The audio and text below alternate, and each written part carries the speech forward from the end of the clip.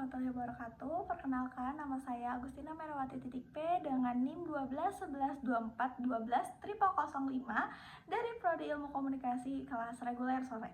Saya di sini akan menjelaskan atau mereview sedikit materi komunikasi intrapersonal. Sebelumnya mungkin dari teman-teman ada yang masih bingung, apa sih komunikasi intrapersonal? Komunikasi intrapersonal adalah proses komunikasi yang terjadi dalam diri seseorang, yang dimana individu berinteraksi dengan dirinya sendiri, dengan pikiran dan juga dengan perasaan mereka sendiri. Ini mencakup berbagai aktivitas seperti merenung, berbicara kepada diri sendiri, memikirkan masalah, dan mengambil suatu keputusan. Materi komunikasi intrapersonal ini merupakan topik yang sangat penting dalam bidang komunikasi. Karena apa? Karena dia membahas tentang bagaimana kita berkomunikasi dengan diri sendiri. Berikut ada beberapa poin yang saya lihat sebagai kelebihan dan kekurangan dari materi ini. Yang pertama, kita bahas dulu kelebihan materi komunikasi intrapersonal. Di poin pertama itu ada kita dapat memahami diri sendiri. Materi ini dapat membantu kita semua memahami bagaimana cara berkomunikasi dengan diri sendiri, dengan memahami pikiran, perasaan, dan emosi kita sendiri. Kita dapat lebih efektif dalam mengambil keputusan dan juga mengelola stres kita, gitu ya. Nah, yang poin kedua itu ada meningkatkan self awareness. Melalui latihan introspeksi, materi ini meningkatkan self awareness kita. Kita dapat lebih sadar akan kelemahan dan kelebihan atau kekuatan dari diri kita sendiri, serta bagaimana reaksi kita terhadap situasi yang berbeda-beda. Di poin ketiga itu ada menyelesaikan konflik internal. Komunikasi intrapersonal membantu kita semua menyelesaikan konflik internal dengan lebih efektif. Karena dengan memahami apa yang membuat kita stres atau frustasi, kita dapat mencari solusi yang tepat untuk mengatasi stres itu sendiri gitu. Yang keempat, di poin keempat itu ada meningkatkan kinerja kerja. Memiliki komunikasi yang baik dengan diri sendiri dapat meningkatkan produktivitas kerja. Karena ketika kita lebih fokus dan termotivasi, kita dapat menyelesaikan pekerjaan dengan lebih cepat dan akurat.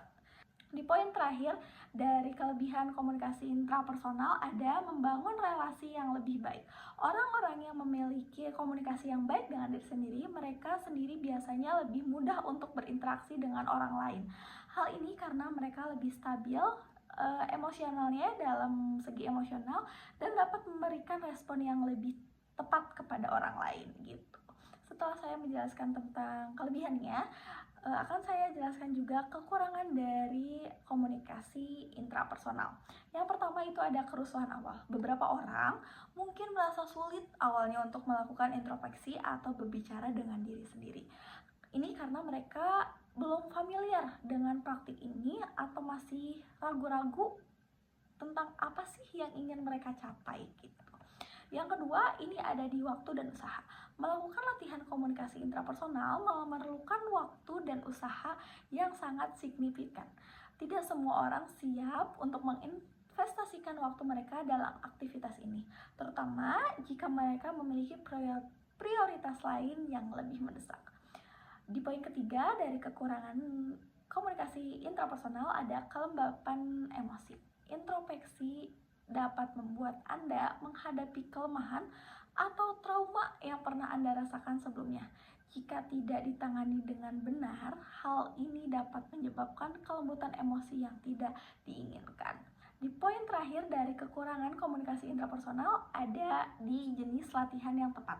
Jenis latihan yang digunakan dalam komunikasi intrapersonal ini kadang-kadang tidak cocok di semua individu atau untuk semua individu tuh kurang cocok. Oleh karena itu penting untuk menyesuaikan strategi latihan dengan kebutuhan spesifik tiap masing-masing orang. Nah, tidak terasa kita sudah di akhir video.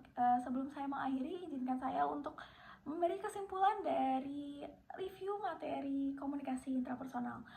Komunikasi interpersonal adalah subjek yang sangat berguna dalam pembangunan personalia dan juga profesionalisme dari diri seseorang.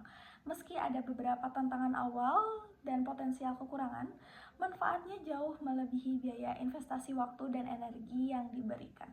Dengan mempraktikannya secara konsisten dan bijak, kita semua dapat meningkatkan self-awareness, mengatasi stres, dan meningkatkan performa kerja overall kita gitu. Mungkin sekian dari saya, review dari saya. Mohon maaf apabila ada kesalahan. Wassalamualaikum warahmatullahi wabarakatuh. Bye bye.